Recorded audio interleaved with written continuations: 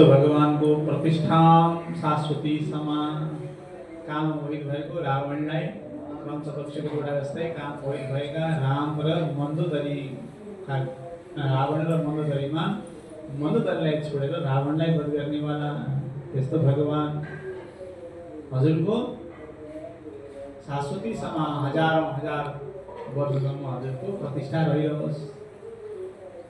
यसले यस्तो अर्थ पनि हुन्छ।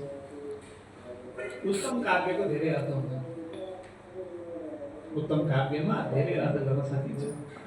शब्दशक्ति अभिधा प्रयोग भएको छ भने धेरै अर्थ गर्न सकिँदैन। लक्षणा शब्दशक्तिको प्रयोग भएको छ भने अलिक केही अर्थ गर्न सकिन्छ। व्यञ्जना प्रयोग भएको रहेछ भने त झन् धेरै अर्थ गर्न सकिन्छ। त्यसैले व्यञ्जना शब्दशक्ति पनि रामायणमा रहेको छ। अब यसरी ओहो पादबद्धो के हो पाउ मिले जस्तो छ नि मानिसाद प्रतिष्ठान्तम अगमा शाश्वती समा यत्रं समितुनादेकम अवधि कामं गाउन मिल्छ कि लय हालेर पनि गाउन मिल्दा जस्तो छ। ओहो श्लोको भवतु नान्यथा मेरो मुखबाट के हो श्लोकको प्रकट भयो। राम राम के भएको होला भन्दै भन्दै तमसा नदीमा स्नान गरेर फर्कदै आउनु भएको थियो। भरद्वाज ऋषिले पछाडिपट्टि कलश बोकेर पछि पछि हिँड्नु भयो।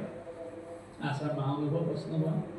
आश्रममा बस्दा बस्दै त्यही बेलामा साक्षात् ब्रह्माजीको सवारी हो। आश्रममा ब्रह्माजीले आश्रममा राख्नुभयो, पाउ धुनुभयो, तीर्थ लिनुभयो, चन्दन पुष्प धूप दीप इत्यादि आराधना गर्नुभयो। आराधना गरेर सो बस्नुभएको थियो। त्यही बेलामा ब्रह्माजीले भन्नुभयो के सोच्दै हुनुहुन्छ। वाल्मीकि ऋषिले भन्नुभयो म आज यसरी स्नान गर्न गएको थिएँ, तमसाको तेजमा मेरो मुखबाट यस्तो श्लोक निस्क्यो। ब्रह्माजीले भन्नुभयो त्यो मैले निकालेको,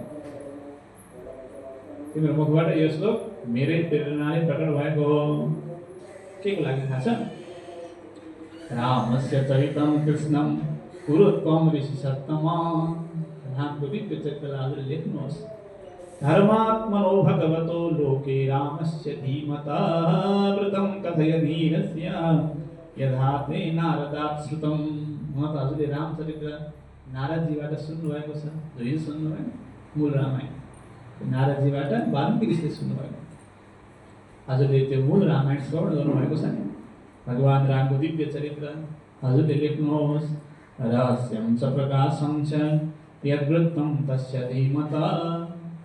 हजुरलाई भगवानको चरित्र गोप्य चरित्र पनि थाहा हुनेछ, देखाएको चरित्र पनि थाहा हुनेछ। हामी दुईटा चरित्र हुन्छ नि हाम्रो, एउटा गोप्य एउटा देखाउने।